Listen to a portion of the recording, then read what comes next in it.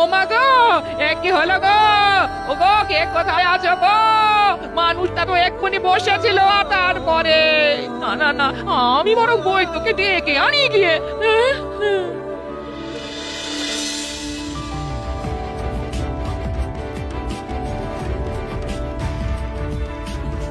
তখন থেকে তো অনেক পরীক্ষা করলেন, কিন্তু মানুষটা এখনো চোখ খুলে দেখছে না কেন? হ্যাঁ, বড্ড দেরি হয়ে গেছে। তার মানে এই মানেটা কি? হ্যাঁ, গোপাল জগতের মায়া ত্যাগ করেছে। আমার সে কি কথা গো?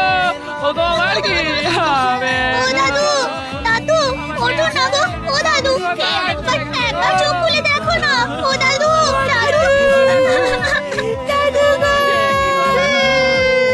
এই যে তোমরা তাও একটা কাজ করো, মহারাজকে দিয়ে এই খবরটা দিয়ে এসো এক্ষুনি। কি ব্যবস্থা আমি করছি না হয় ততক্ষণ।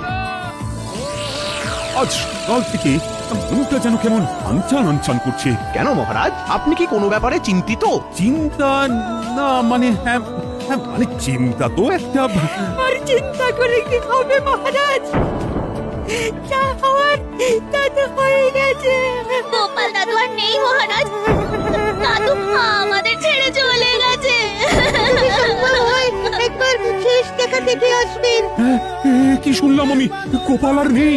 এমনটা তো একটুও ভাবতে পারিনি। আজ এ কি দুর্যোগ নেমে এলো এখানে, গোপাল আর নেই, এমনও শুনতে হবে।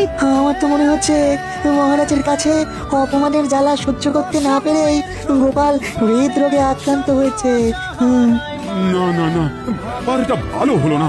চলো চলো সবাই মিলে গোপালের বাড়ি যাই। হ্যাঁ হ্যাঁ হ্যাঁ, তাই চলুন মহারাজ। গোপাল আমাদের এতদিনের সাথী, গোপালের শেষ যাত্রায় আমরাই কাঁধ দেবো না হয়।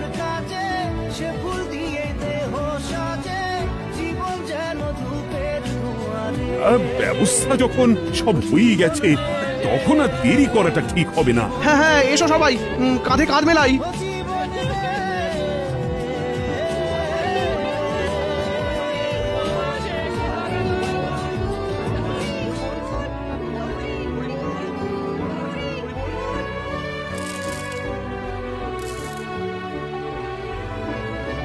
ও, এই দৃশ্য কিনা শেষে আমাকে দেখতে হলো, কিন্তু তবু আমার খুব জানতে ইচ্ছে করছে, বাচ্চারা থলি ভর্তি মোহর অলংকার সব ছড়াতে ছড়াতে যাচ্ছে কেন? আর গোপালের হাত দুটোই বা ঘাট থেকে বেরিয়ে দুদিকে ঝুলছে কেন? মহারাজ, আর একটা ব্যাপার কি আপনি লক্ষ্য করেছেন?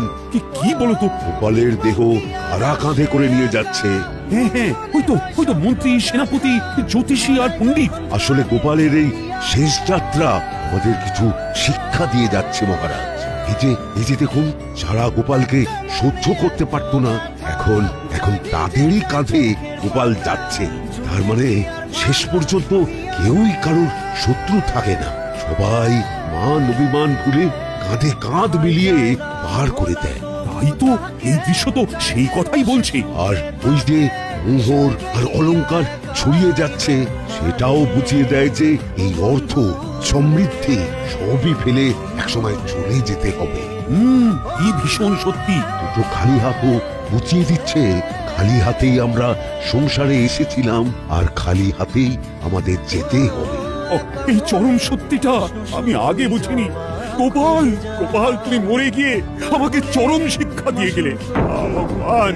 কিন্তু এখন শিক্ষা পেলেও গোপাল তো আর ফিরবে না।